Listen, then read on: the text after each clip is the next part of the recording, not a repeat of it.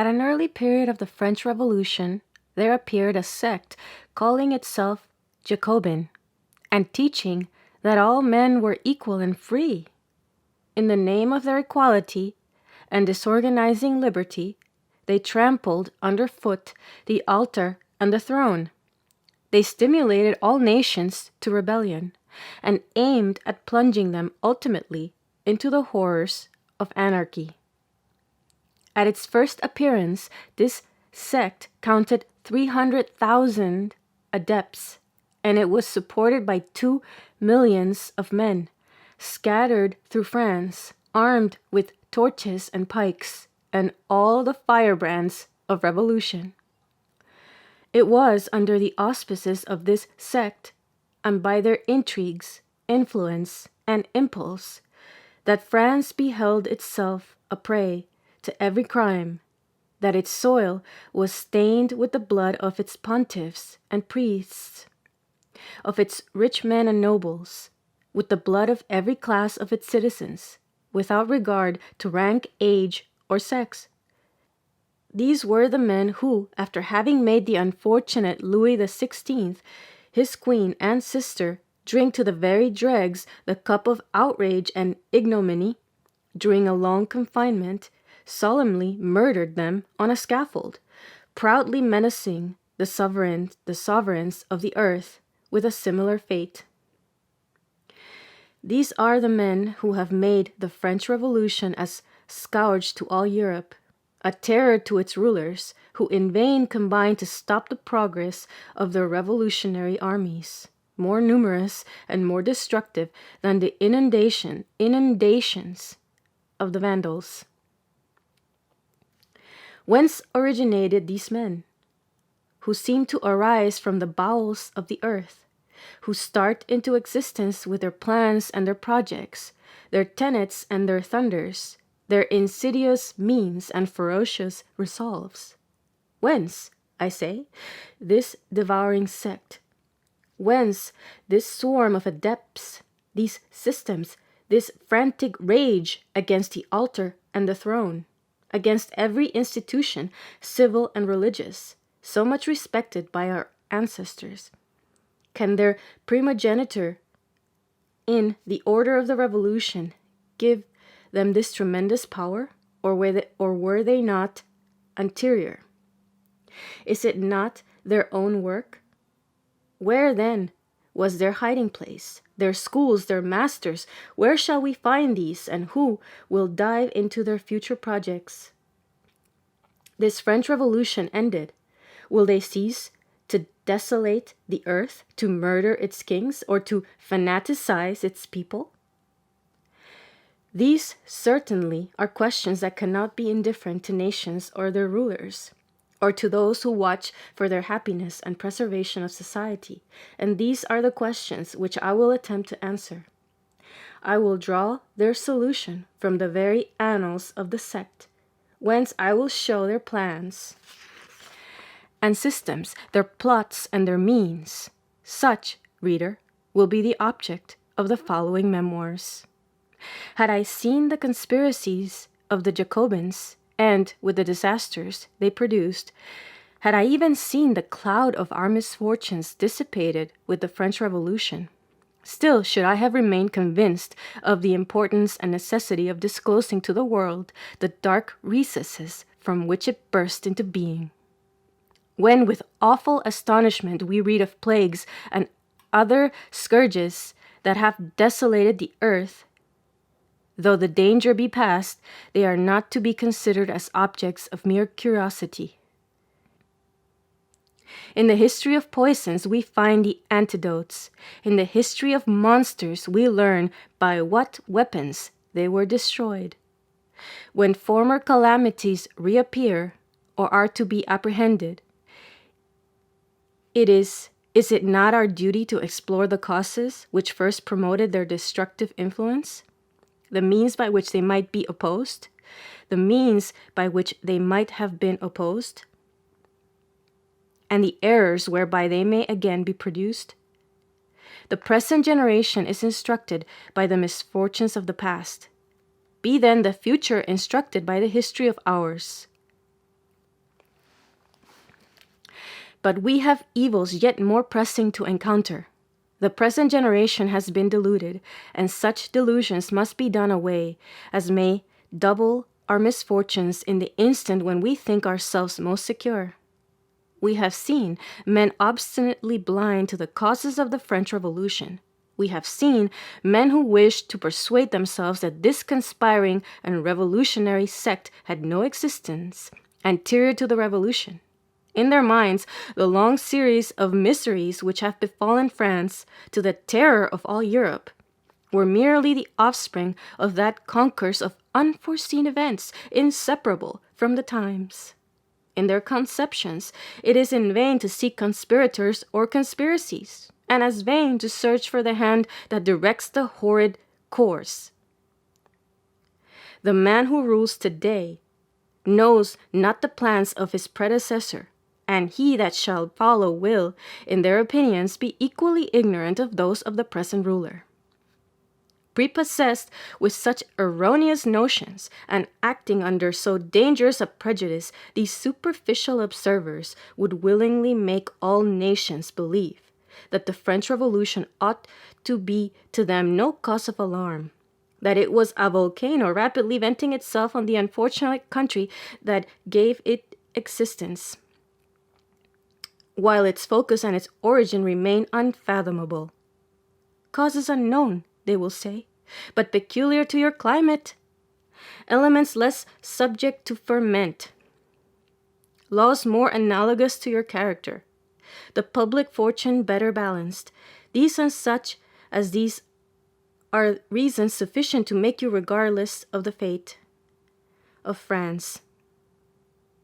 But alas, should such be your impending fate, vain will be your efforts to avert the threatening blow. The conquers and fatality of circumstances will drag you toward it. The very ramparts which you shall build against it will fall back upon you, and perhaps level the space that now divides you from the horrid scene of anarchy and desolation. Who would conceive that I have heard this very language from the mouth of those whom the unfortunate Louis XVI had called near his person to ward off the blows perpetually aimed at him by the Revolution? A language better calculated to lull all nations into that fatal security which portends destruction. I have now before me the memorial of an ex-minister, consulted on the causes of this infernal revolution, and particularly as to the chief conspirators, whom he should have better known, and on the plan of the conspiracy. I hear this man answer that it would be useless to seek either a man or any set of men conspiring against the altar and the throne, or to suppose that any plan had been framed for that purpose. Unfortunate monarch! Are those who ought to watch for the safety of your person, for the security of your people, ignorant of the names, nay, even of the very existence of your enemies? If then we behold both you and your people falling victims to their plots, can we, or ought we to be astonished? Strong in the facts and armed with the proofs produced in the following memoirs, we shall hold a very different language. We shall show what it is incumbent on all nations and their chiefs to be informed of. We shall demonstrate that, even to the most horrid deeds perpetrated during the French Revolution, everything was foreseen and resolved on, was premeditated and combined, that they were the offspring of deep-thought villainy, since they had been prepared and were produced by men who alone held the clue of these plots and conspiracies, lurking in the secret meetings where they had been conceived, and only watching the favorable moment of bursting forth. Though the events of each day may not appear to have been combined, there nevertheless existed a secret agent and a secret cause, giving rise to each event and turning each circumstance to the long-desired end. Though circumstances may often have afforded the pretense or the occasion, yet the grand cause of the revolution, its leading features, its atrocious crimes, will still be found one continued chain of deep-laid and premeditated villainy. In revealing the object and showing the extent of these plots, I meet a second error, more dangerous than the first. There are men who, though they hesitate not to believe that the French Revolution was premeditated, yet think that the intentions of the first authors were pure, and that they only sought the happiness and regeneration of empires. That if great misfortunes have since happened, they arose from the obstacles thrown in their way. That a great people cannot be regenerated without commotion, but that the tempest will subside and a calm succeed the swelling billow. That then nations, astonished at the apprehensions they had entertained of the French Revolution, and true only to its principles, will be happy in imitation. This error is the favorite theme of the Jacobin missionaries. It was this that gained them their first instruments of rebellion. That cohort of constitutionalists who still look on their decrees of the rights of man as the summit of legislative perfection, and still impatiently wait the fatal day when the world shall impetuously move in the sphere of their political rhapsody.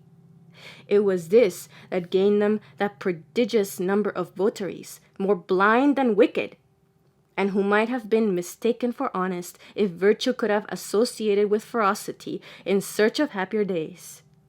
It was this that gained them those men whose well-meant, though stupid credulity, misled them to believe in the necessity of the carnage of the 10th of August and of the horrid butcheries of the 2nd of September. In a word, all those men who, in the murder of 300,000 or 400,000 fellow creatures, in the extermination of millions of victims by famine, the sword, or the guillotine, seek consolation, in spite of this depopulating scourge, in the empty hope that this dreadful chain of horrors may be productive of happier days.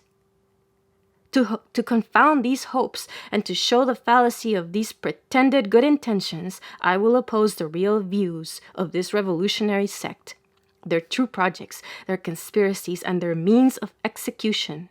I will show them undisguised, for they must be divulged, the proofs being acquired. The French Revolution has been a true child to its parent sect. Its crimes have been its filial duty, and those black deeds and atrocious acts the natural consequences of the principles and systems that gave it birth. Moreover, I will show that, so far from seeking future prosperity, the French Revolution is but a sportive essay of its strength, while the whole universe is its aim. If elsewhere the same crimes are necessary, they will be committed. If equal ferocity be requisite, they will be equally ferocious, and it will unavoidably extend wheresoever its errors shall be received. The reflecting reader will conclude, then, that either this Jacobin sect must be crushed, or society overthrown, that all governments must give place to those massacres, those convulsive disorders, and to that infernal anarchy which rages in France. Indeed, there is no other alternative but universal destruction or extinction of this sect. Let it, however, be remembered that to crush a sect is not to imitate the fury of its apostles, intoxicated with its sanguinary rage and propense to enthusiastic murder. It is not to massacre and immolate its adepts or retort on them the thunders they had hurled. To crush a sect is to attack it in its schools, to reveal its imposture, and show to the world the absurdity of its principles, the atrocity of its means, and above all, the profound wickedness of its teachers. Yes, strike the Jacobin, but spare the man. The sect is a sect of opinion, and its destruction will be doubly complete on the day when it shall be deserted by its disciples, to return to the true principles of reason and social order. The sect, I grant, is monstrous, but all its disciples are not monsters. Its care in hiding its larger projects, the extreme precaution with which it initiated the chosen of the elect, shows how much it feared the desertion of the multitude of its disciples. and its consequent destruction, had the horrors of its mysteries been surmised. For my part, I never doubted how depraved soever the Jacobins may have been, that the greatest part would have deserted the sect could they have foreseen whither and by what means they were led. Could the French people have followed such chiefs? Had it been possible to make them conceive to what lengths the plans and plots of the conspirators would carry them? Though France were, like hell, a bottomless pit, impenetrable to every voice but that of the fiends of the revolution, still it is not too late to acquaint other nations of their danger. They have heard of the crimes and horrors of that revolution. Let them contemplate the lot that awaits them should Jacobinism prevail. Let them learn that they are not less within the grand revolutionary circle than France itself, that all those crimes, the anarchical and bloody scenes which have followed the dissolution of the French Empire, equally await all other nations. Let them learn that their altars and their thrones, their pontiffs and their kings are doomed to the same fate with those of France. All are comprehended within the grand conspiracy. When a phantom of peace shall seem to terminate the present war between the Jacobins and the combined powers, it certainly will be the interest of all governments to ascertain how far such a peace can be relied on. At that period, more than at any other, will it be necessary to study the secret history of that sect, which sends forth its legions, rather to shiver the scepter than to fight the power, which has not promised to its adepts the crowns of princes, kings, and emperors, but has required and bound those adepts by an oath to destroy them all. At that period, we must recollect that it is not in the field of Mars that the war against sects is the most dangerous. When rebellion and anarchy are in the very tenets of the sectary, the hand may be disarmed, but war glows warmly in the heart. The sect, being weakened, may slumber for a time, but such a sleep is the calm preceding the eruption of the volcano. It no longer sends forth its curling flames, but the subterraneous fire winds its course, penetrates, and preparing many vents, suddenly bursts forth and carries misery and devastation wherever its fiery torrent rolls. It is not the object of these memoirs to treat of that state of war or of peace commenced between one power and another. In such cases, it often happens that, all resources being exhausted, the sword must be sheathed, though the original grievances still subsist. Let the rulers of the people discuss the means of force, but we know there exists another sort of war, which a confidence in treaties only serves to render more fatal. We mean a war of plots and conspiracies, against which public treaties can never avail. Woe to that power which shall have made peace without knowing why its enemy had declared war against it. What the sect had done before it first burst forth, it will do again to prepare a second eruption. In darkness, it will conspire anew, and calamities still more disastrous will teach all nations that the French Revolution was only the first step towards the universal dissolution which has so long been meditating and contriving by the sect. Such were the reasons by which I was impelled to investigate the plots and wishes, the tortuous means and nefarious nature of this sect. We have witnessed the frantic rage and the ferocity of its legions. We have known them as the agents of the French Revolution, as the perpetrators of all its atrocious crimes and devastations, but few are acquainted with the schools that have formed them. Posterity, alas, will feel for many generations their dire effects. To trace their ravages, it will only have to cast its eyes around. The ruins of the palaces and the temples, the fallen cities, the mansions destroyed throughout the provinces will paint in glowing colors the devastations of the modern Vandals. The lists of proscription, fatal to the prince and to so many of his subjects. The deserted villages, all in a word, will long be vouchers of those fatal lampposts, of that insatiable guillotine, of those legislative executioners supported by bands of assassins. Circumstances so painful and so humiliating to human nature will not require to be recorded in these memoirs.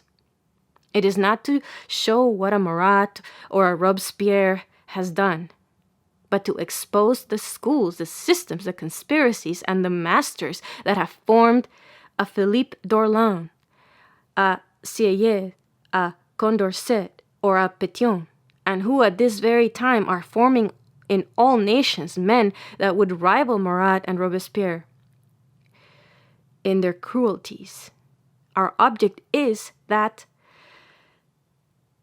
the sect of the Jacobins and their conspiracies, once known, their crimes shall be no longer matter of surprise, that their propensity to the effusion of blood, their blasphemies against Christ and his altars, their frantic rage against the throne, and their cruelties against their fellow citizens shall be as clearly understood as the ravages of the plague. And may nations in future as sedulously guard against the one as they shun the other. It was to attain this important object that all our researches into the sect have been directed at its chiefs, its origin, its plots, its plans, and its progress, more desirous of investigating the means it employed to bring about the revolution than to describe its conduct during that revolution. The result of our inquiries, corroborated by proofs drawn from the records of the Jacobins and from their first masters, has been that this sect, with all its conspiracies, is in itself no other than the coalition of a triple sect, of a triple conspiracy, in which, long before the revolution, the overthrow of the altar, the ruin of the throne, and the dissolution of all civil society had been debated and resolved on. First, many years before the French Revolution, men who styled themselves philosophers conspired against the God of the Gospel, against Christianity, without distinction of worship, whether Protestant or Catholic, Anglican or Presbyterian. The grand object of this conspiracy was to overturn every altar where Christ was adored. It was the conspiracy of the sophisters of impiety, or the anti-Christian conspiracy. Secondly, this school of impiety soon formed the sophisters of rebellion.